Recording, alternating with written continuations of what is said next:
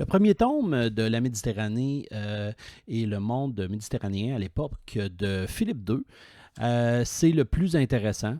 Les autres tomes, pas vraiment intéressants pour vous. À moins que vous disiez, hey, je veux faire comme j'ai fait moi-même, je veux me donner un défi puis je veux le lire au complet, là. Mais c'est assez rare que les gens vont faire ça. Donc, dans le premier thème, ce qui est intéressant, c'est que Fernand Braudel, il aborde l'histoire de façon géographique. En fait, il dit la Méditerranée est là, je vais la décrire de façon géographique, puis je vais essayer de lier l'histoire à tout ça. Je vais vous donner un exemple, en fait. Le premier exemple que je pourrais vous donner, c'est l'exemple du commerce de la neige. Puis par la suite, je vais vous parler de son analyse des peuples de la montagne. Alors, le commerce de la neige, c'est quelque chose qui, voyez-vous, dès la page 30, on voit ça, le commerce de la neige. On se dit, qu'est-ce que c'est que cette affaire-là? Ben, j'ai appris en lisant ça qu'effectivement, il y avait tout un commerce de cette denrée-là qui était répandu à travers toute la Méditerranée. Puis ce qui est drôle, c'est que c'était un commerce qui se faisait à la grandeur de la Méditerranée, mais qui était un commerce d'un produit de luxe, là. La neige, c'était un produit qu'on utilisait pour la nourriture, comme si on mettait du sel un peu ou du sucre dans nos plats, mais eux, ils pouvaient mettre, les riches, on s'entend, de la neige dans leurs plats. Alors, par exemple, on utilisait la neige pour toutes sortes de raisons, même pour guérir des maladies, pour la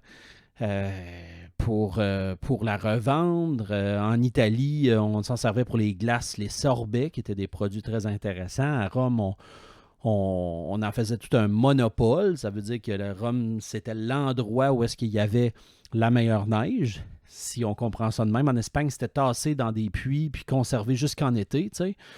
Il y avait même des gens qui allaient chercher ça en Syrie pour l'Égypte. Alors, l'Égypte, c'est loin d'être un pays où est-ce qu'il y a de la neige, mais justement, c'était un produit de luxe qu'on pouvait donner à nos chefs, aux gens qui étaient riches. Alors, c'est particulier d'avoir tout ce commerce-là, savoir qu'il y a eu ce commerce-là, justement, dans la Méditerranée, qui est quand même assez chaude. Ça, c'est le premier exemple d'un fait, et il y en a plusieurs des faits comme ça là, à l'intérieur du premier tome. Des faits qui peuvent être très intéressants pour la compréhension, mais en même temps pour nous raconter aux élèves aussi, comme je fais avec vous. Puis par la suite, il se met à décrire les différents peuples qu'il peut y avoir, mais en fonction de leur géographie. Par exemple, il dit, il y a des peuples qui vivent dans les plaines, eux autres, ils ont leur manière de fonctionner. Il y a des peuples qui vivent dans les plateaux, ils ont leur propre manière de fonctionner, eux autres aussi. Puis il y a des peuples qui vivent dans les montagnes, et eux autres aussi, ils ont leur façon de procéder qui est super originale. Mais de la façon que Fernand Braudel décrit ça à travers sa recherche, c'est qu'il dit, les gens des montagnes, ça a toujours été du monde un petit peu rebelle. Les gens qui ne fitaient pas en ville ou quoi que ce soit pouvaient aller en montagne pour se protéger, pour se sauver parfois de ce qui se passait. Par exemple, il avait fait un mauvais coup ou quoi que ce soit. On était intolérant par rapport à la police, par rapport à l'autorité. On allait en montagne.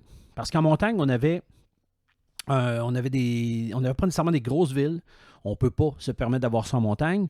On a des habitats dispersés. Les routes sont difficiles, donc c'est difficile d'aller vous chercher en montagne. C'est difficile de faire la loi en montagne.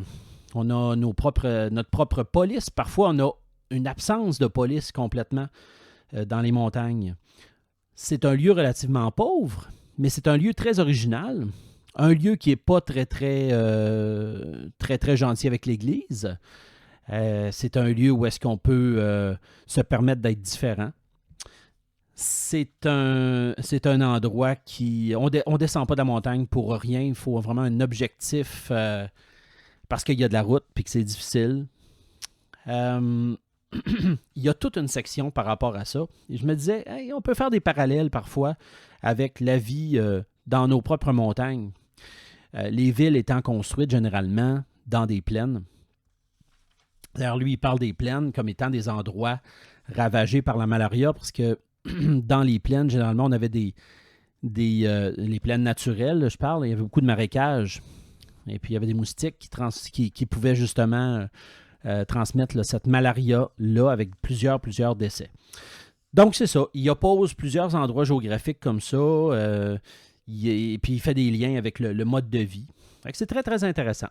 C'est sûr que c'est un livre qui date, là. On parle d'un livre qui a été publié dans les années 50, fin 40, début 50. Fait que il y a des affaires là-dedans qu'on se dit, bon, ben, c'est peut-être un petit peu vieux, mais en même temps, ça reste de l'histoire, puis appuyé sur des faits, puis sur des réalités qui sont quand même vérifiables. Donc, voilà.